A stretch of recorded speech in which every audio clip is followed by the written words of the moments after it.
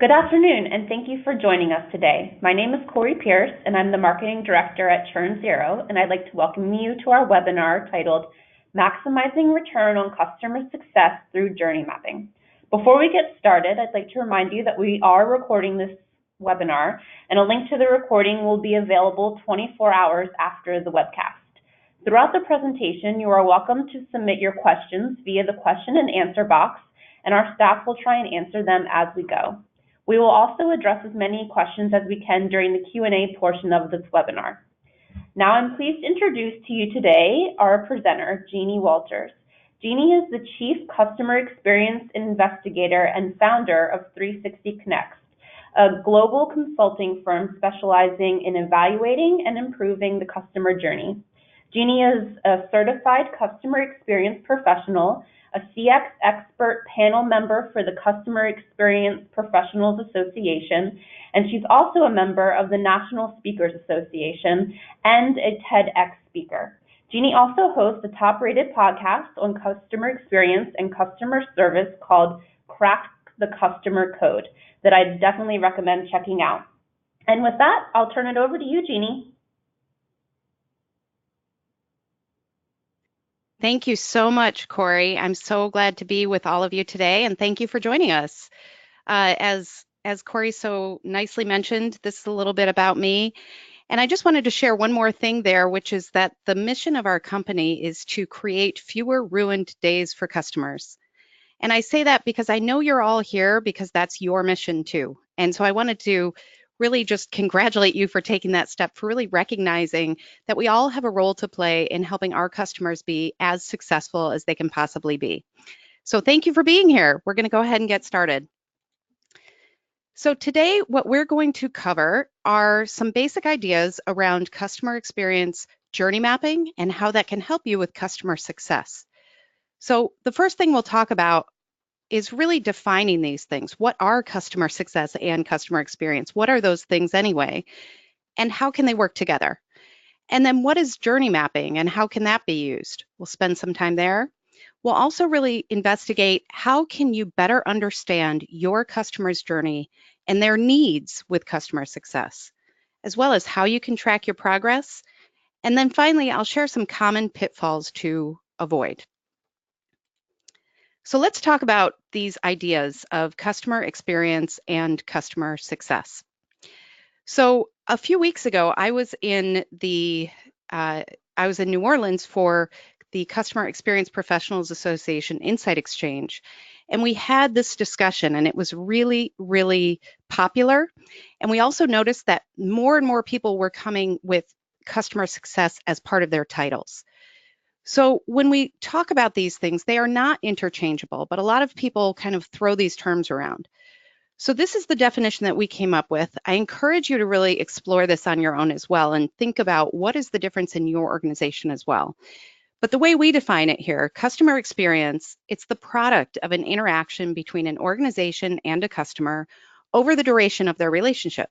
This interaction is made up of three parts: the customer journey, the brand touch points the customer interacts with, and the environments the customer experiences, which of course includes digital in our digital world, during their experience. So it's really an end-to-end, meaning before they even are aware of your brand, all the way to when they might leave you or become your greatest fan. When we talk about customer success, that's really the function at a company responsible for managing the relationship between a vendor and its customers. The goal of customer success is to make the customer as successful as possible, which of course you all know in turn improves customer lifetime value for the company. So the reason I wanted to define these things up front is because I know some of you might have slightly different versions of these definitions or have different ideas about it, but this is kind of where I'm starting. And the reason we're talking about all of this is because we really want the same things. If you look at what we each want, customer experience, customer success, we all want the same goals. So first of all, we want to make sure that people are engaged, that customers are engaged. What this means is that we get to have customers who not only are engaged enough to purchase from us, but also are engaged enough to provide value back to us. they have ideas, they have suggestions, they have all of these ideas that might make the experience better for not only customers down the line, but also us as customer success professionals and as the people serving them. But when you look at what's happening today, 45% of buyers require person-to-person contact in the buying process. So what this tells us is that even with all of the tools available, even with all the amazing technology that's available now with artificial intelligence and digital apps that make things super easy, people still want that reassurance. They still need that in many of the sales cycles that we see. So in order to make them successful, the first thing we need to remember is we need them engaged. We need them engaged in ways that are proactive for them, but of course also serve the company. The other goal that everybody has here is around retention. When it comes to retention, just by increasing profits or just by increasing customer retention 5%, it's been shown to increase profits 25% to 95%. Now, this gets thrown around a lot. There are different stats out there about this. This one is from Bain & Company. But what I want you to do is think about your own organization and think about what is that return on keeping customers a little bit longer or keeping more customers at the end of the year. All of that really does turn into huge return on that investment. And then, of course, we also want advocacy. I mean, any company, any organization loves to have advocates. These are your most loyal customers who not only provide some of the best ideas back to you, they're also the ones who are telling all of their friends, who are really going that extra mile, becoming almost your volunteer sales force, right? They're out there telling people about it. And advocacy is so important because 80% of profits come from 20% of existing customers. That 20%, those are the people who should be your advocates. Doesn't always work out that way, but often if you look at that top 20%, you'll see people who love your brand, you'll see organizations who have been with you a long time, and those are the folks that we want to take great care of and make sure they're as successful as possible. So overall, this is just kind of that higher viewpoint here, but customer success, we talk about customer journey, we talk about brand touch points and the environment. Customer success, it's well-managed relationships, more successful customers, and really maximizing that customer lifetime value. And the way they all work together, that's where the magic comes. If we can align the strategy and the execution around customer experience and customer success and aiming for those goals the whole time of customer engagement and loyalty, this is what the best company in the world will do. They will really look at this as they're not too separate. They're ideas, there's a function and there's a philosophy, but we all work together on this because no matter where you are in the organization, it's so important to share the feedback and insights, to evaluate those customer experience improvements that have been suggested, to really brainstorm on those improvements for all based on feedback, and to track and share loyalty drivers.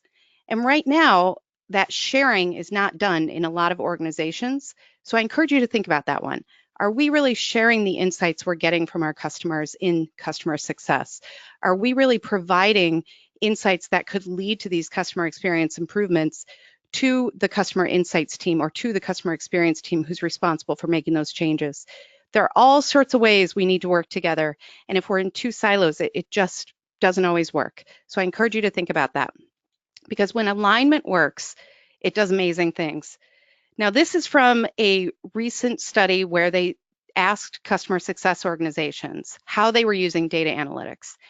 25% of customer success organizations are using data analytics to predict churn. Now, I don't know about you, but that seems like a very low number to me. We should be looking at what is the experience our customers and our clients are having in order to predict when and how they leave us so that we can improve those touch points, so that we can look at their journey, make sure that we're capturing them before they're inclined to move on. And only 13% are using data analytics to predict expansion opportunities. Now, if we talk about why are we in this business to begin with? Why do we have customer success? Part of that is expansion opportunities. We want our customers and our loyal customers to find more ways to engage with us, to find more opportunities to buy from us, and to feel like they are partners with us. Now, the fact that only 13% of organizations are using data analytics to predict these types of expansion opportunities seems like a huge missed opportunity. Because if you have the data in front of you and you can start looking at it in a different way with a different lens and start really thinking about, why is this happening here? Why are we losing people here? Why are we not getting expansion here? You can start improving the experience overall, which will make all of these numbers go up. So it's a win, win, win, win, win, keep going. Lots of wins there. And this is all actual results. This is about tangible return on investment. And I know that some of you are being asked again and again to justify, why should we invest in customer success?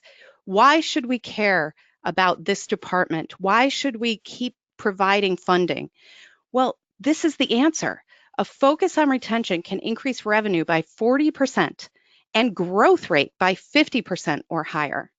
A 2% increase in customer retention has the same effect as decreasing costs by 10%. So show that one to your CFO. And a 10% improvement in a company's customer experience score can translate into more than $1 billion in revenue. I mean, these are powerful numbers. So I encourage you to really think about, what is it we're doing here and how does this affect the company, so that you understand it's worth investing the time to understand your customer's experience. It's worth the investment of time and resources to really look at journey mapping as an option to make sure that you can find those challenges, you can find those opportunities to retain more customers, to increase loyalty, all those things that we want to do. And guess what? It's not always a huge investment. This is the best part.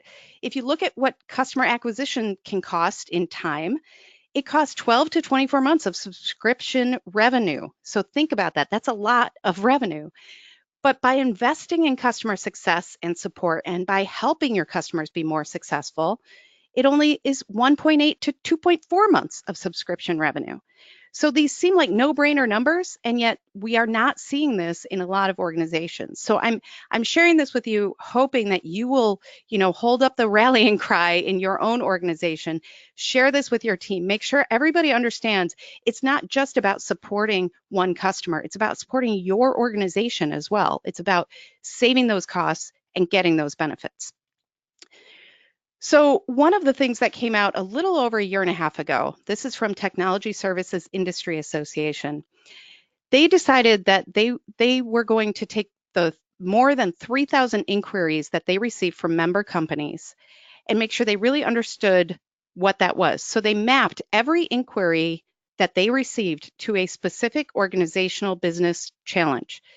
And so they could track which business challenges are showing up with the greatest frequency. So what I like about this is it's not self-reporting. It's not people saying, I think our biggest challenge is XYZ. This is literally what they found. They had a top 10 list. There were a couple that really stood out to me that I wanted to share with you. One is the number 2 challenge that everybody reported here was that they needed best practices for creating customer success capabilities. They needed to figure out, what is it that we do here to get the best people? How do we create a team of superstars in customer success? Because we might not have the right people. And most of us did not go to college and say, I'm majoring in customer success. It just didn't happen. And I doubt it's happening today. So we need to find and define within our own organizations, what does that mean for us? What capabilities are we looking for, and how can we find them? Another one, key performance indicators for customer success. Now, this one I think is universal in business. Everybody's always looking for those perfect numbers to track, for those indicators that will help us, look into the crystal ball and see what's going to happen. There's nothing perfect. I will be the first to burst that bubble. There is no perfect metric out there. However, we still need to find a way to track what is it that is great for performance and what will indicate when we need to look at something more carefully. Some customer success organizations still don't have these at all. Another one, adoption monitoring and scoring. Same idea here. How are we tracking what we're doing. We're trying to get our customers to adopt. How are we tracking that? How are we monitoring that? How are we making sure they're successful in that way? And finally, number 10, funding the customer success organization. So this is why I'm sharing this with you. I know these challenges that you guys are having, and I want to make sure that you really look at this and think about ways that you as an individual can bring this back, as well as what are the ways you can roll up your sleeves and look at journey mapping so that as a tool in your toolbox. So let's talk about journey mapping.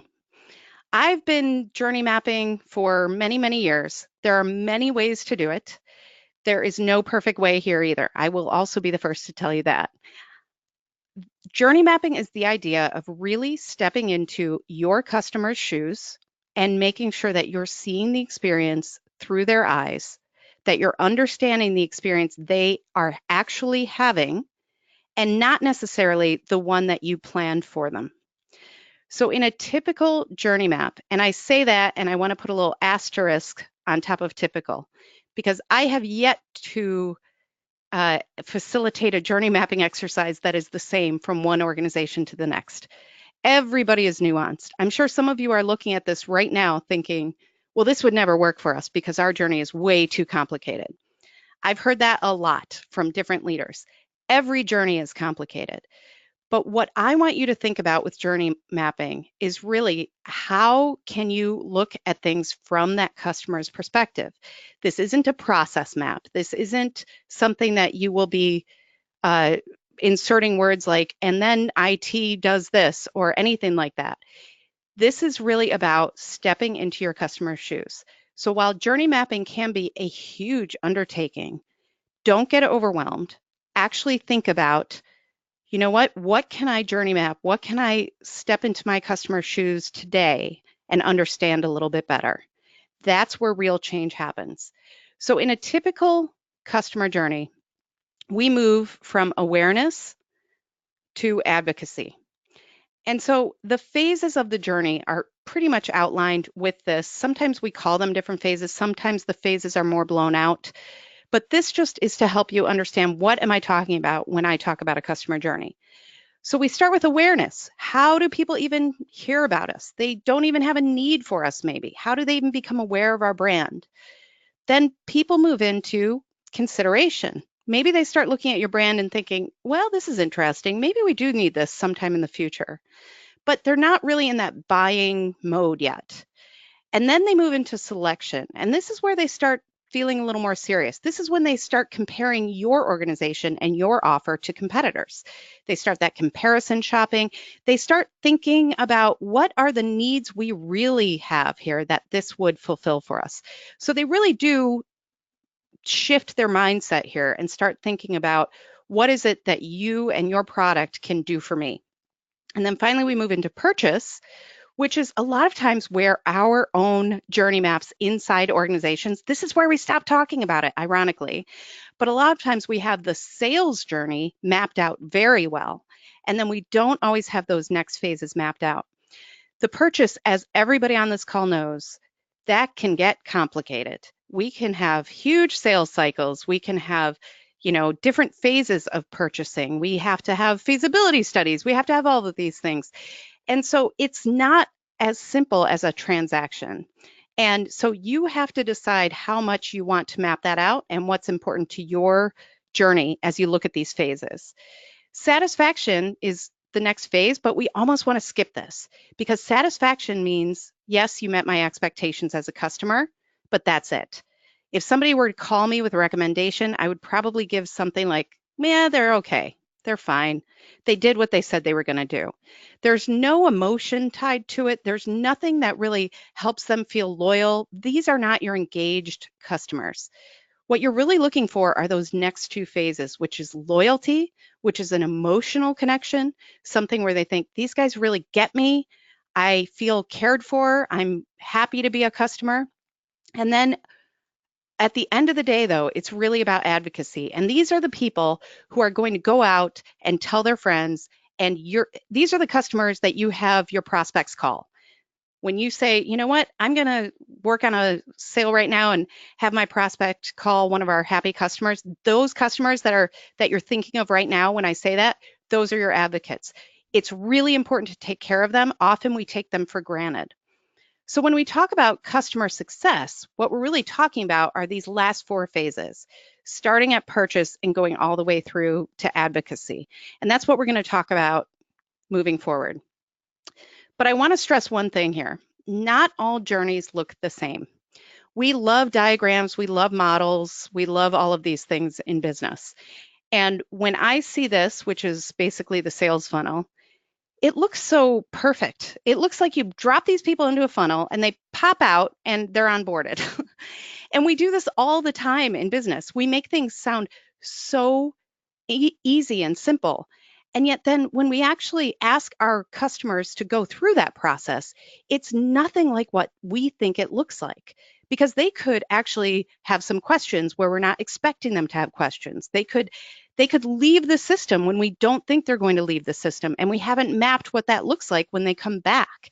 So all of these things can happen. So when you are tackling journey mapping, there are a couple of things I encourage you to do. One is to use I statements from the customer's perspective to force yourself to consider that perspective exclusively. So if you hear yourself thinking, okay, well, in awareness, we have billboards, so that's how they see us. There is no they here. You are the they. So you need to say, as the customer, I see a billboard driving to work. I see their billboards everywhere, or whatever that consideration is. So use I statements. Use customer feedback and input to really understand their journey. Don't rely on what you know alone. I say that, but I also want to encourage you to trust your instincts in some cases. We do not need to send out 20,000 surveys if we know something is wrong, if we know it's not the way we want to treat people, if we know that it's a point of contention for many, many customers. Don't force yourself to get data on things that you already know. But at the same time, don't also assume you know everything. It really is a mix of knowing that your customers have things to tell you. You need to gather that feedback on a regular basis and use the feedback. And finally, don't rely on process maps or say you're process mapping. This is not a process map. This is about the customer's experience, not what you planned it to be. So if you are going to put on your superhero cape, which I hope you do, and go back and try some of this, then you have to say to people, you have to have your radar up so that when they say things like, well, that's when invoicing sends the bill, you say, nope, I receive the bill. Totally different perspective, because what does that feel like? How does it arrive? Is it in the mail? Is it all beat up? Does the email look like it's from a robot? All of those things matter in the customer experience and the customer journey. And so when you're looking at your own journey, consider the customer at every step. So what I did today was really think about, okay, let's talk about customer success and let's talk about that journey map. This, again, there's no perfect way to do this. So this is what I found based on my work with customer success as some of the phases that are often hit. If we talk about customer success as starting post-purchase, one of the things that I see that I think is often overlooked, especially in long sales cycles, we celebrate with the customer through a process that feels impersonal, or we don't celebrate at all. And what I mean by celebrating is if the customer has said to you, I'm ready, we're going to purchase this, we're going to go through all that legal stuff with contracts and all the stuff that isn't very fun. We're going to deal with procurement issues and making sure we've got all the stuff running and all the security in place and all of those things. If they go through that with you, whether they are an individual or a company, you need to make sure that you celebrate that with them, because they've just made a big decision and they are feeling really good about it. They're feeling like, yep, this is going to happen. But if we don't celebrate with them, I want you to think about that for a minute. It's the difference of coming into a restaurant, let's say. You walked around, you looked at all these restaurants in this cute little restaurant row, and you decide on one. And you walk in, and they kind of throw a menu at you, and they barely greet you when you come in. versus if you walk in and they say, oh, welcome, we're so happy you're here. Let me get a nice table by the window for you. Can I get you anything? That is the difference. And sometimes we've worked so hard on the sale that we forget to celebrate with our customers. So as you're looking at your own journey, consider what can customer success do to really celebrate that moment with the customer, set them up for success. And then onboarding. This is usually where we spend a lot of time as well. We want to make sure that they have everything they need, we have everything we need, all the T's are crossed and I's are dotted. And this is great as a process in many organizations, but often, again, we don't always think about it from the customer's perspective. If you're thinking about it from the customer's perspective, you have to keep in mind their real life. This is one part of their life. This is one part of their job. This is one part of their organization. And so demanding things too quickly or asking for information that maybe is difficult to get, if they start feeling that pressure during the onboarding phase instead of the continuation of that celebration and that anticipation for what's next, and really feeling the success from the beginning, then they're not going to feel great about it. It's going to chip away at the trust that you've built up. And then first 90 days often comes up as this is when we start having challenges. This is when they might start thinking, oh, this doesn't work exactly the way I thought it would. They might be having some adoption issues, all of these things. So make sure that you have a plan of action for proactively checking in. And here's what I suggest. If you're looking at your own journey and you're thinking about this, call some of those customers that you know had issues. Say, you know what could we have done to make it better for you during that first 90 days? What did you need that we did not provide? And start putting that into your actual processes and your actual timelines so that you understand that, you know what, we need to reach out at day 30. We need to have a personal interaction. Remember that number, 45% of us still need that one-on-one, person-to-person interaction during purchase. So all of that stuff matters. So make sure you have a plan, have a way to do that. Respect, of course, how your customers want to be communicated with and the ways that they prefer. And maybe it's a text. Maybe it's just saying, hey, how's it going? Let us know. And then engagement overall. What happens a lot is that I see we spend a lot of time with the sales journey. We spend a lot of time setting them up. And then we kind of skip this engagement and opportunities section until they're up for renewal or upgrades. And then we say, oh, that's right, we have a customer there. So engagement and opportunities, if you're looking at these as real phases in your journey with customer success, what this does is open you up to ideas of how can we get them to engage more? How can we keep them engaged throughout the process, even at those points where there's kind of a lull, things are working, everybody's happy. You've got other customers to tend to. You've got all these other things, these challenges that come up. If you sit down with your team and brainstorm over simple ways you can keep engagement, you will be surprised of all the ideas there are and the simple ways that you can really reach out and make sure that your customers are successful. And then making sure you're managing those opportunities. Look for opportunities, not only, again, from your perspective, but what are the opportunities that your customers want? What opportunities would they get jazzed about? I know a lot of companies provide ways that they offer peer networking. They have events so that, you know, if I'm using a certain software because I'm a construction company, I want to meet other construction companies to share what challenges we have and who can we learn from and all of those things. That's a great example of an opportunity for your customers and your company. It will really be for both of you. So as you walk through this journey, brainstorm about different ways that you can really serve your customers, test them out, and again, think about those customers who are already super engaged. Ask them, what are we doing right? What can we do more of? What do you need? They will give you answers.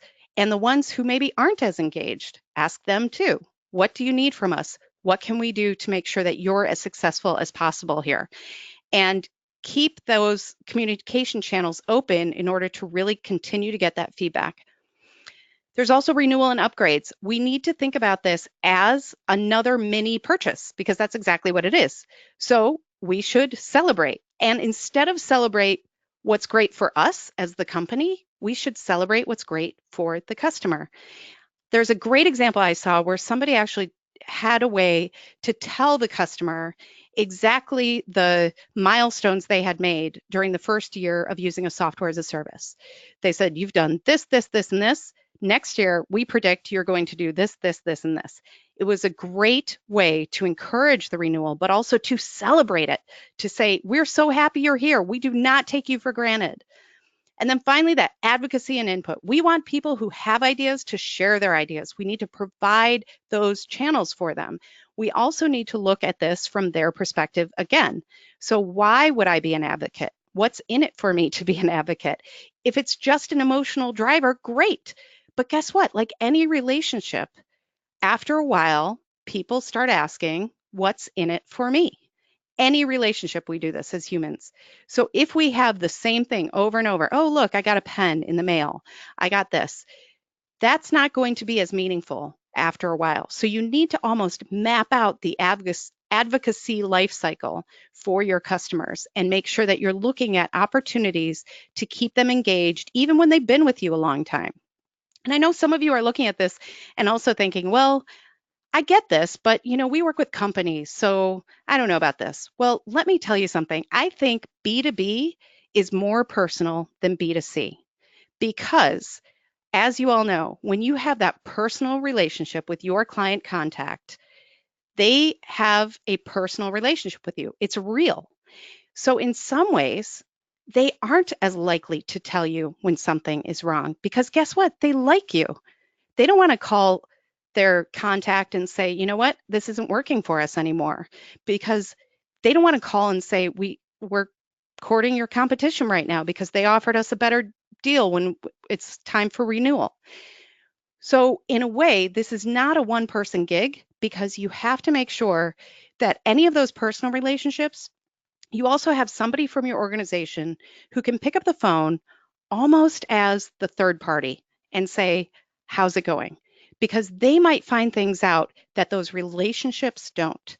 So think about that as you consider your advocacy life cycle, because sometimes that can get tricky.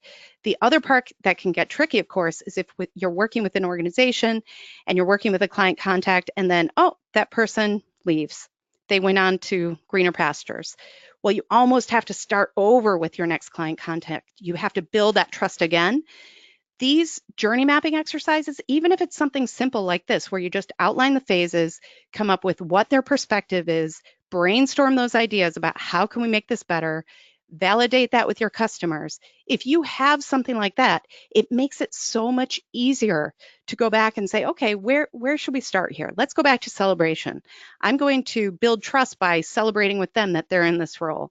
I'm going to make sure they have everything they need as they're onboarded in their own personal role.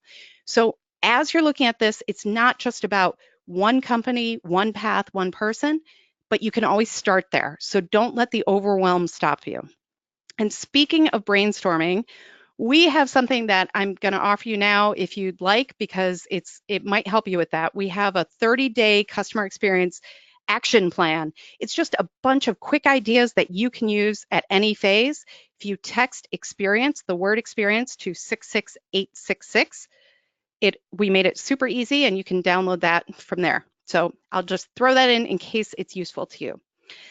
So the other thing we want to consider as we're moving forward with customer journey mapping is we need to understand what we're doing, which seems so obvious, right? But if we have somebody come in and say, we should journey map customer success, well, what does that mean? Why are we doing that? Make sure we know what is the experience we're trying to deliver. What are the business goals that we have? What are our charters? Overall, these are usually the three things that come up: adoption, retention, expansion. Great. That's from our perspective. What is the expectation for the customer? What is the experience we want to deliver for them as part of customer success? Well, we want to set them up for success. Well, great. Define that. What does that mean for them? Because only 90% of respondents in TSI, over 90% of respondents aligned to not only have one charter, but also have a second charter. That's great. But my suggestion here is to make sure that you have one for the company. What do you want the company to get out of this? But also What do you want your customer to get out of this? What does success mean to them? And really define that so that you can design for it. Because too often I see journey maps based on org charts. This does not serve your customer. We often talk about customers in this way too. We say, well, then they get handed off. After sales, they get handed off to customer success, or after whatever, they get handed off. That is not what the customer experiences. And if it is, that's not great either. We need to think about what is the actual journey that the customer is having, because otherwise we make them do the work. We say, okay, we are going to have to spend more time on educating our customers on how we work. Well, nobody wants that. Instead of looking for ways that you educate, look for ways that you can actually map out their journey from their perspective. The other side of this is that you have to work with a lot of people and places in your own organization. You have to identify the pieces that fit here. If you're hiring the wrong people, that's not going to fit. If your customer communications are terrible, then that's not going to fulfill that mission of customer success. If you don't have those experience metrics and KPIs, all of that, then we're really going to need to look at those things. You need to build those bridges within your organization in order to, again, go back to that goal that we all have of customer engagement and customer loyalty. So the other thing I've seen a lot in journey mapping is we are very optimistic about what our customers do. And just like the sales funnel, we picture it in a very linear way. And we think, oh, they go in here, they move on to the next one and the next one. But the problem is they can leave us at any point in this journey. So when you're thinking about your own journey with customer success, consider the fact of when they leave you. Because I have seen over and over where organizations have these wonderful relationships with their customers, and then their customer leaves for whatever reason. And then they get dumped into the same marketing pool as people who have never had a relationship with the company. It feels impersonal. It feels like they didn't appreciate the relationship. And we have so many tools now, it doesn't have to be this way. So when you think about when somebody leaves you, consider, okay, they leave us. How can we maintain that relationship in a positive way? And what would it look like if they came back to you? Would they have to start over? Would they be treated like they never had a relationship with you? All of those things. Look for those opportunities instead of just ignoring the fact that, yes, customers are going to leave us. None of us are going to have 100% retention 100% of the time. It's just not going to happen. So accept that and figure out ways that you can still treat people with respect and dignity and the relationship that you want them to have. Because if you really think about it, this is what the customer journey looks like. It depends on all sorts of factors, but they can fall into any one of these holes, any one of these corners, and just never get out. Because it could be something as simple as the mobile system didn't work, or too many steps, I'm confused, poor adoption, too markety. That's a $10 word for you right there, markety. And then channel bias, who do I call? All of those questions, all of those points of confusion come up. Then they're stuck. They don't know where to go. And so look for those challenges when you're doing your maps. Look for ways that you know, okay, what if somebody gets here, gets to this point and can't get an answer? How can we help them in this moment? Or how can we let them know, okay, if you don't get an answer, if you know it's frequent enough to be a challenge, even if you can't fix it, show them what to do, help them out in the moment. Because we have all this process, all of these tools and technology, and yet the most important thing here is to stay human. We need to remember that we're not dealing with numbers, we're not dealing with accounts, we're not dealing with large organizations that are faceless and corporate. We're dealing with people. We are dealing with people. And guess what? They want to deal with people. And so even if you have all these tools and lots of automation, that automation can still be human and it can still respect the customer's point of view, because customers will define their own journey. No matter what you do, they will do it. And this is a perfect example. The sign says, please use the sidewalk. Of course, they're on the dirt. So the ideal here would be to wait for people to actually use the path and then put the sidewalk there. So pay attention to how your customers want to behave. Don't force them into processes that don't work for them. If you find yourself using words like we need to educate our customers on how we work, then you are not behaving in a client-centric way. So watch for when your customers, create workarounds. It means what you've designed isn't working for them. So talk about this in your departments, on your teams. Talk about when you debrief. You know what? I got a call from so-and-so and they said that they're calling me because they can never get through to the help desk. Well, that's a problem. That's a challenge for your customer. You need to start looking at ways to fix it. If you hear those things over and over and over again, then it's time to remove those workarounds and find ways that actually work for your customers. And then we love to talk about KPIs. We love to talk about metrics. We love to talk about data. All of this is super, super important in our business world today. These are just a few of the ways you can track how you're doing with customers. There is no magic, perfect one metric. I know in some organizations, they track one or two metrics as the perfect metrics. I say there's no perfect metric simply because humans are way too nuanced. Even in B2B, humans are way too nuanced. You have to combine the logical, the pragmatic, the data with the emotional and the humanity, because when it comes down to it, loyalty is an emotion. So if you are tracking everything else, somebody is loyal until they're not. Think about how many of us went to Borders Books and loved the store. Think about how many of us went to Blockbuster every week to rent that. Well, we were very loyal then, but we're not anymore because our needs changed, because the world changed, because they weren't providing what we needed anymore. That's how you need to think about loyalty. Do not rest on your laurels. Do not think, you know what, we've got this. I have heard over and over from clients, well, we want to do journey mapping, but we don't really think we have a problem because our customers just love us. And that's great, but they might not love you tomorrow, or you might only be focusing on the group who loves you. And if you're not going to take care of the rest, you're going to lose that much of the market share. So make sure you are looking for these things, that you're tracking them, but also combine that with really the input you're getting from customers, the feedback, and what you already know, your relationships with the customers. So one of the things that I wanted to talk about briefly were some of the pitfalls that I see with any customer journey mapping project.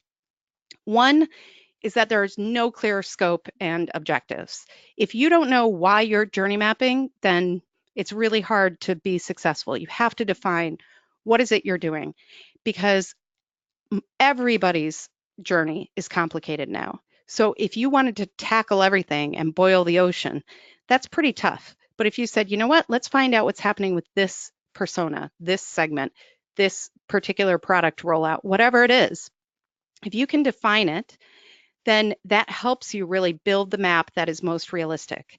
Then you can use that to build on top of it. So don't be afraid to start small.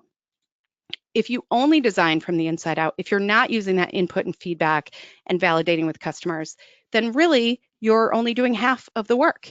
You're assuming a lot. You're also probably making a process map and not a customer journey map. The lack of qualitative research, if you're only relying on those data, the data that includes numbers and metrics and things like that, it's not nuanced. It will never be quite nuanced enough to make sure that you're really getting what you need to consider the emotions, to consider the humanity of your customers. And leaving parts out like emotion, that's what you want on your map. You want to understand the high points and the low points and how your customers feel in that moment. Because if you can identify that, that tells you a lot and will also prompt change more. It's very different to say a cancer patient was unsuccessful versus, you know what, a cancer patient was confused and felt very vulnerable. They might be considered the same thing in an organization, but they are very different emotions. We need to connect with those emotions. And also, don't see this as just a deliverable. If you're just checking a box because somebody told you journey mapping was a good idea, you might have a really nice poster on the wall, but that's not going to do you any good. What I like to say about journey mapping is it's process over product, meaning that the process itself is kind of where the magic happens. Once you start identifying those opportunities to make things better for your customers and those challenges that they have in their work with you, then that really opens up a whole world of things you can do to make the experience better for your customers. It's not about the deliverable, it's about using the information. It's about sharing the information. If you have that pretty poster on the wall, make sure you're sharing it with your entire organization. If you're sharing bits and pieces of it, that's great, but get people involved. Make sure that they understand what they are seeing, what they should be doing about it, and they're part of it.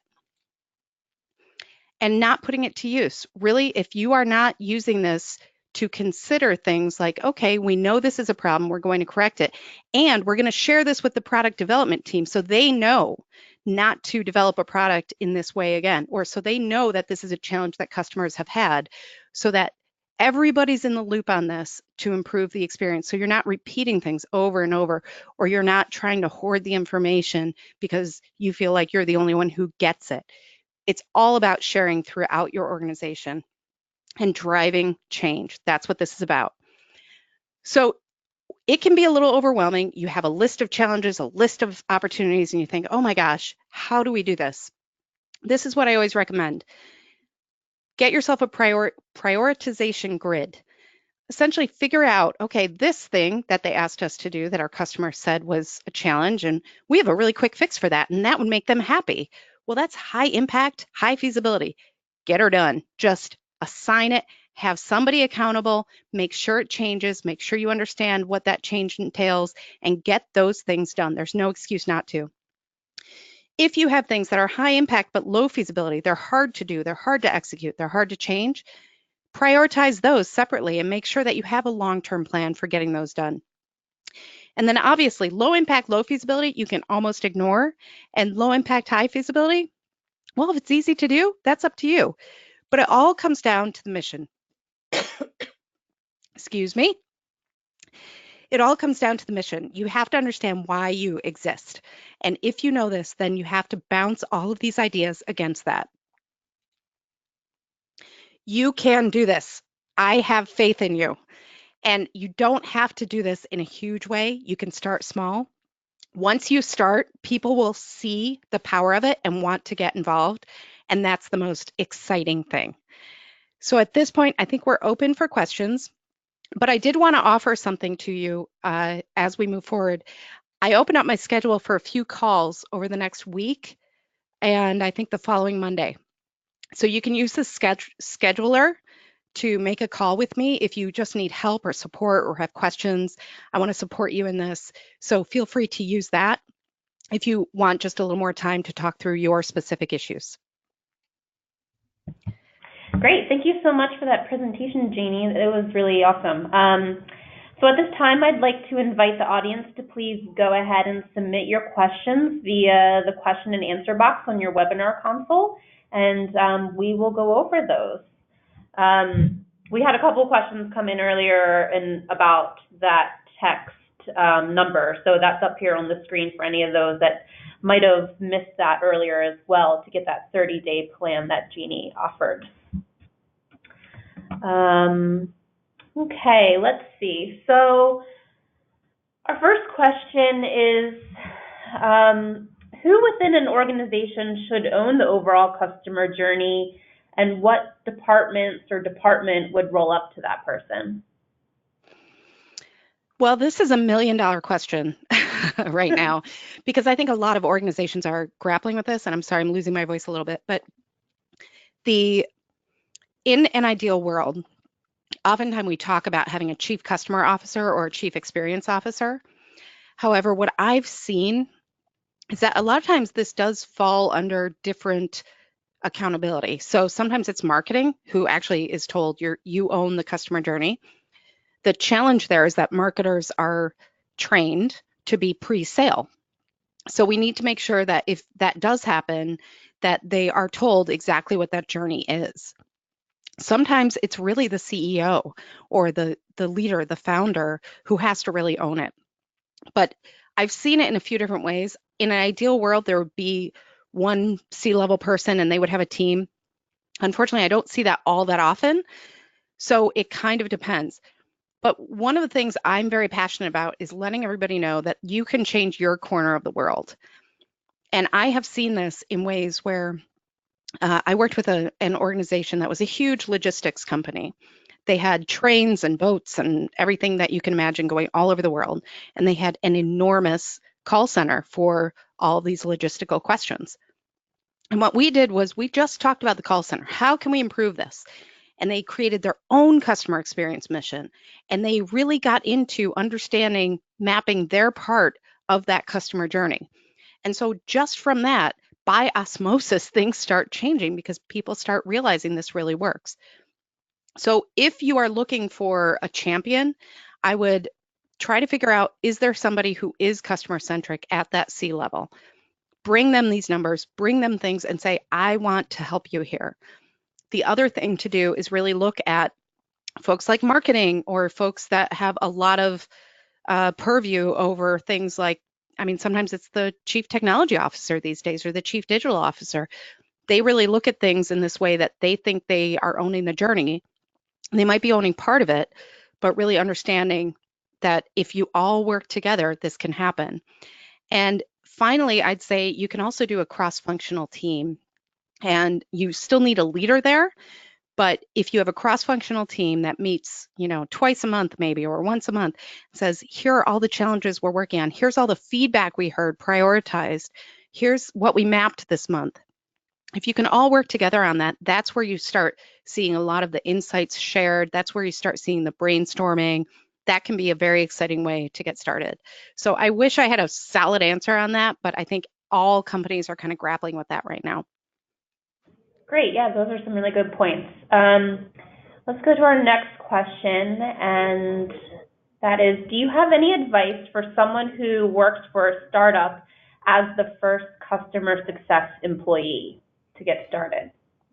Wow. First of all, go you, if that's you.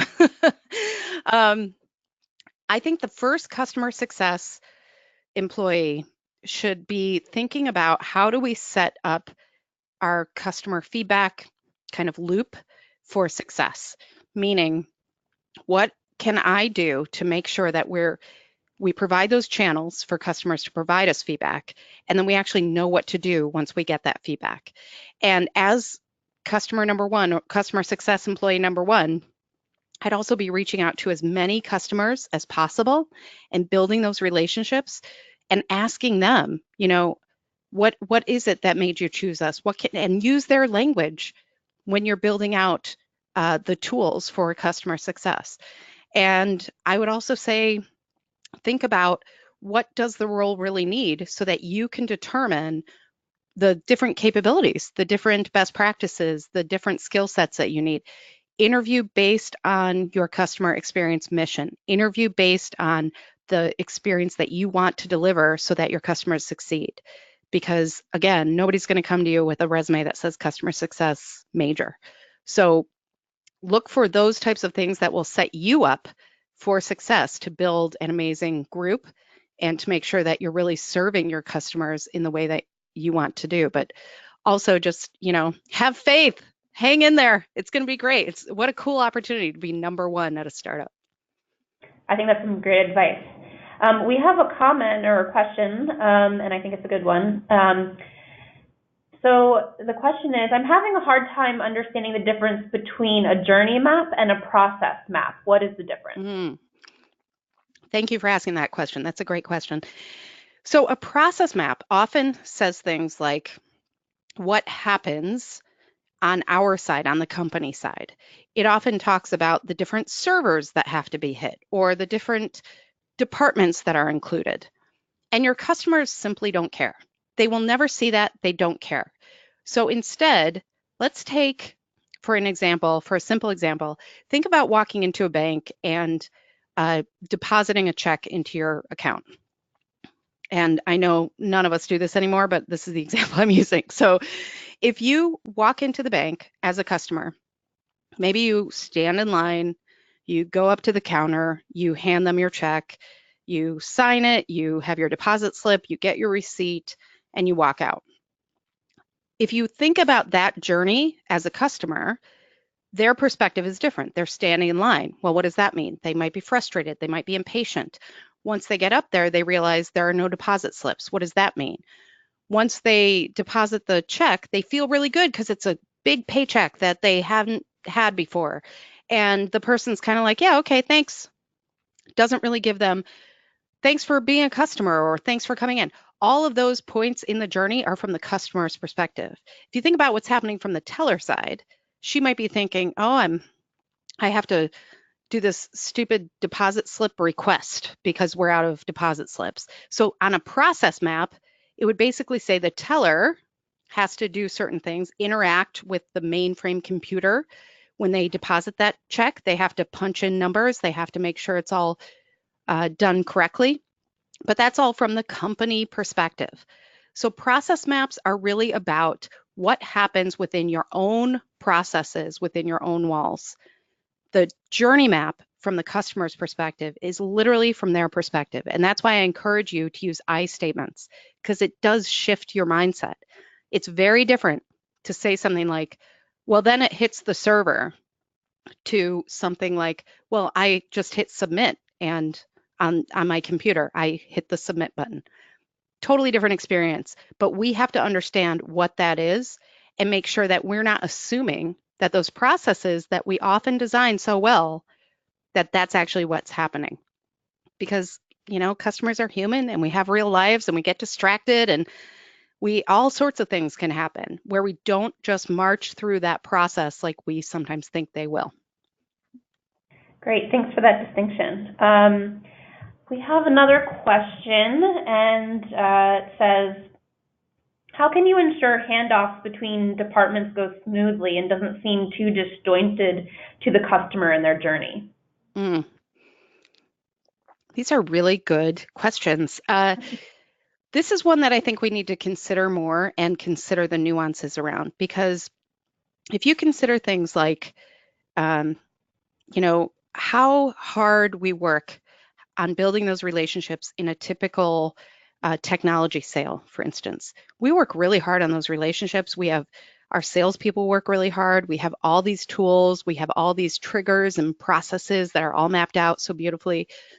And then we say, oh, yay, you've become a customer. So I'm going to introduce you to Bob, who's your account guy. Well, that can feel very, very jarring. So what I always suggest is think about it as a Venn diagram. Think about the ways that you can overlap in ways that are both logical and emotional on behalf of your customers. Because if Bob's the right guy for the job, of course you want that person to go to Bob. But work with Bob, work with the different departments. Make sure that you're explaining that to the customer in a way that isn't about handing off. Think about it from their perspective. You know what? We want you to be really successful. You guys have a really complicated business, and I know that I can't support you at this anymore. So I'm going to work with you to work with Bob. Or, you can put that in general communications as well. There are ways to do that. But for the sake of example, think about it as a Venn diagram. Where are the ways you can overlap to make sure that people feel comfortable? Sometimes it's helpful to think about your business as something else. This is an innovation technique. So you can think of, corporate as a library. How would we treat people at a public library if they came in and we were saying, oh, you know what, that's not my department, it's research. Let me walk you up there. Let me introduce you. All of those simple steps, think about ways you can do that in your own experience. And then also the journey mapping exercise alone can help you look for opportunities around that. Great. I hope that helps. I think we'll take this one last question and then we'll wrap up. What tips do you have for training internal teams on the customer journey map so that everyone's on the same page? Another big, huge question. I love this. I love this crowd. You guys are great. So journey mapping in general, some people really get into the process of it, but they want to share that. Some people are really extraordinary at sharing it. You can also bring in outsiders like me who can help you with that, but sometimes you have people in the team who are really great at training. How do we do this journey mapping? But often they don't then know what to do next, and they don't train how to actually use the map. So I would say two things. One, If you have somebody like that on your team, look for ways that you can then find the person who's really good at the execution part and pair them up and make sure that if they are training people on it, they are doing it together so that everybody understands it's not just about finishing the map or doing the map, it's about what you do with it.